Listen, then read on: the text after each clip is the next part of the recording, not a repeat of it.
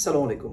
আপনারা যারা কানাডাতে স্টাডি পারমিট নিয়ে পড়তে আসতে চান, সবার সবচেয়ে কমন যে প্রশ্ন সেটা হচ্ছে, ভাইয়া কানাডাতে পড়তে আসতে কত টাকা লাগবে? আমি আসলে চেষ্টা করব খুবই ইজি ওয়েতে সেটা আপনাকে ব্যাখ্যা করার জন্য। আমি খুব বেশি সময় নিব না, বাট আমি চাবো আপনি ডেফিনেটলি ভিডিওটা প্রথম থেকে শেষ পর্যন্ত দেখুন, so that you can have a very clear idea.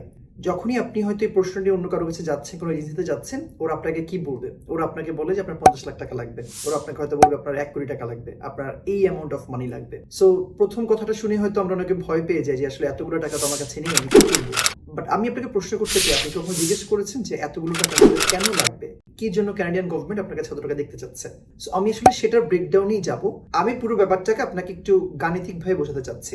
Canadian government মূলত আপনার কাছে 3টা কারণে টাকা চাবে। কোন 3টা কারণ? প্রথমত হচ্ছে আপনি যে টিউশন ফিস দিবেন সে পরিমাণ টাকা আপনার কাছে আছে কিনা।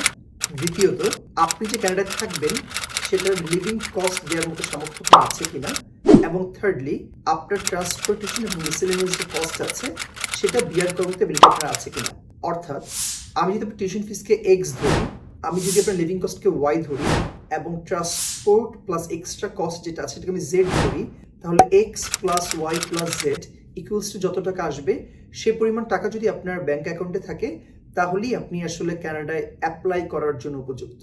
এখানে অন্য কোনো ধরনের কোনো গল্প বা কেচ্ছা কাহিনী আসলে নেই।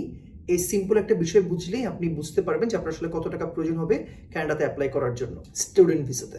সো এখন আমি আপনাদেরকে একটা ব্রেকডাউন দেব যে আসলে কেমন খরচ হতে পারে আপনি যখন স্টুডেন্ট অবস্থায় বা স্টাডি পারমিটে আসতে চান। আমি এভারেজ করে একটা ফিগার ধরে নিব যেন হচ্ছে সবার বুঝতে সুবিধা হয়। সো আমি টিউশন ফিস হিসেবে, 1 বছরের টিউশন ফিস হিসেবে আমি ধরে নিচ্ছি আপনার $20,000 কানাডিয়ান ডলার কস্ট হবে। আমি বলে নিতে চাচ্ছি যে এই যে টিউশন ফিসটা আমি বললাম সেটা কিন্তু বিভিন্ন বিশ্ববিদ্যালয়ের বিভিন্ন প্রোগ্রাম ওয়াইজ সেটা কম বা বেশি হবে। তাই আমি $20,000 একটা অ্যামাউন্ট ধরে নিচ্ছি। আপনি যে বিশ্ববিদ্যালয়ে অ্যাপ্লাই বা যে প্রোগ্রামে অ্যাপ্লাই করছেন সেই বিশ্ববিদ্যালয় বা প্রোগ্রাম অনুযায়ী এটা কিন্তু অবশ্যই ডিফারেন্সিয়েট করবে। সেকেন্ডলি, এবার আসি আমরা লিভিং কস্টে। আপনি যদি সিএসসির ওয়েবসাইটে যান সেখানে দেখবেন খুব ক্লিয়ারলি মেনশন করা আছে আপনার ইন টোটাল 20,635 কানাডিয়ান ডলার আপনাকে শো করতে হবে, যেটা আপনার লিভিং কস্ট হিসেবে গণ্য হবে। অর্থাৎ আগে আমি দেখালাম 20,000 কানাডিয়ান ডলার, এখন আমার আসছে 20,635 কানাডিয়ান ডলার। এবং ট্রান্সপোর্ট বা মিসেলেনিয়াস কস্ট হিসেবে আমি আরও 5,555 কানাডিয়ান ডলার ধরে নিচ্ছি। আমি কেন এই ফিগারটা ধরলাম সেটা আমি আপনাকে বলছি। এখন আমি একটু আপনাদেরকে বাংলা টাকাতে সেটা কত টাকা হবে সেটা ব্রেকডাউনটা দিই। ফার্স্টে মনে আছে আমরা বলেছিলাম যে টিউশন ফিস হিসেবে 20,000 কানাডিয়ান ডলার ধরে নিলাম। সো আমি যদি পার ক্যাট 90 ডিডিটি করে ধরি, তাহলে আমার 1 বছরের টিউশন ফিস কস্ট আসছে 18 লক্ষ টাকা। আমি যদি আমার যে লিভিং কস্ট আছে অর্থাৎ 20,635 কানাডিয়ান ডলার সেটাকে যদি আমরা টাকাতে কনভার্ট করি, তাহলে সেটা আসবে 18,57,150 টাকা। এবং আমি যে মিসেলেনিয়াস কস্ট হিসেবে এবং ট্রান্সপোর্ট কস্টের জন্য 5,555 কানাডিয়ান ডলার ধরে নিয়েছি, এটার কারণ হচ্ছে আমি একটা রাউন্ড 5 লক্ষ টাকা ফিগার আমি দেখাতে চেয়েছিলাম। তার মানে হচ্ছে আমরা যদি পুরো টাকাকে যোগ করি, আপনার 41,57,150 টাকা যদি আপনি আপনার ব্যাংকে দেখাতে পারেন, তাহলেই একজন সিঙ্গেল ইন্ডিভিজুয়াল স্টুডেন্ট হিসেবে আপনি কানাডাতে অ্যাপ্লাই করতে পারবেন। আপনি আমাকে প্রশ্ন করতে পারেন, ভাই যদি আমার ফ্যামিলি মেম্বার 2 জন হয় তাহলে কি করব? প্রত্যেকটা ইনফরমেশন আমি যেটা বলছি সেটা প্রত্যেকটা ওয়েবসাইটে দেওয়া আছে।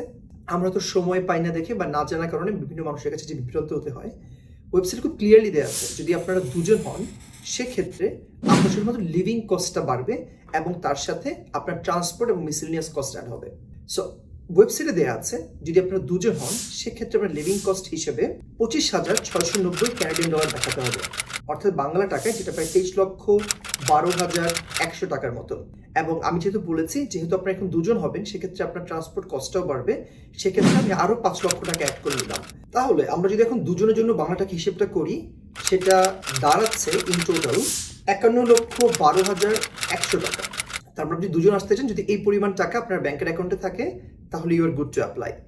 আমি আশা করি আপনাদের মনে আর কোনো সন্দেহ থাকবে না। আপনার যদি একটা বাচ্চা থাকে সেক্ষেত্রে 3 জন হলে কিংবা 4 জন হলে আপনার টোটাল কস্টটা কত হবে ওয়েবসাইটে সব দেওয়া আছে।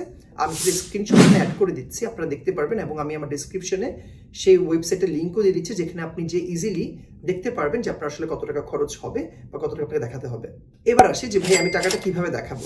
সো আমাদের মধ্যে অনেকে আমাকে প্রশ্ন করেন যে ভাই আমার তো জমি জমা আছে, আমার তো ফ্ল্যাট আছে, দোকান আছে, আমি কি সেগুলোকে আমার ব্যাংক ব্যালেন্সে দেখাতে পারবো কিনা।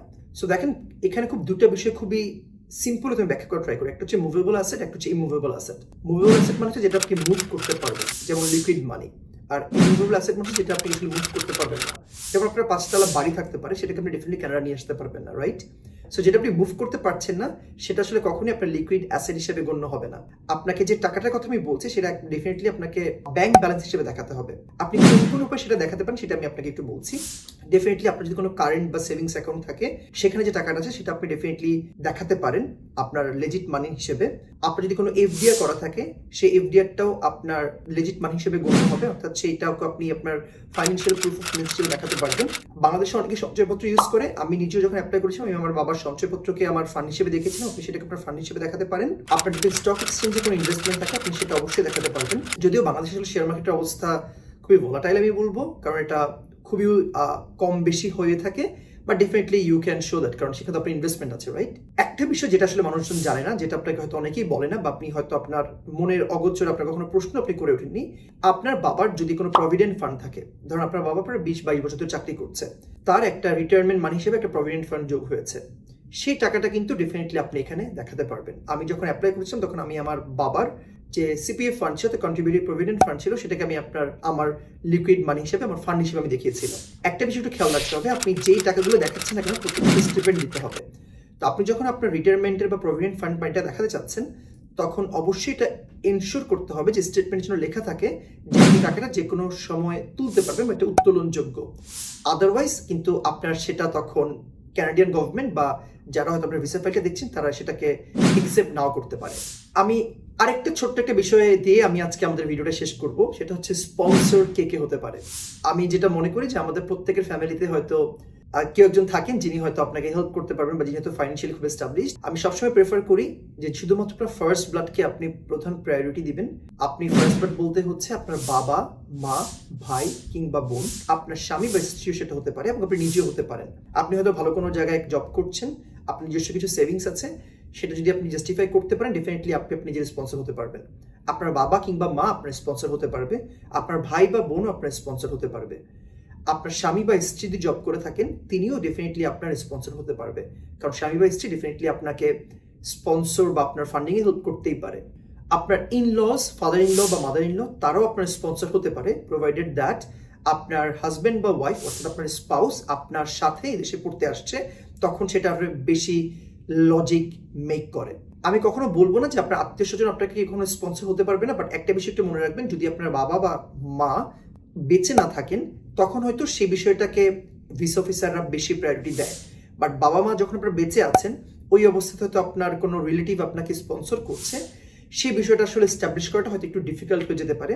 আমি বলবো না সেটা কখনো অসম্ভব, বাট ডেফিনেটলি আমরা ট্রাই করবো ফার্স্ট ব্লাডের মধ্যে আমাদের স্পন্সরটা বের করার জন্য। যদি দেখি একদমই আমরা পারছি না, definitely then we can go otherwise. Usually আমি আসলে এই প্রশ্নগুলো পেয়ে থাকি যখনই আসলে আমি টাকা পয়সার বিষয়ে মানুষ জানতে চায় যে ভাইয়া কত টাকা দেখাতে হবে বা কতটা দেখানোর প্রয়োজন হবে।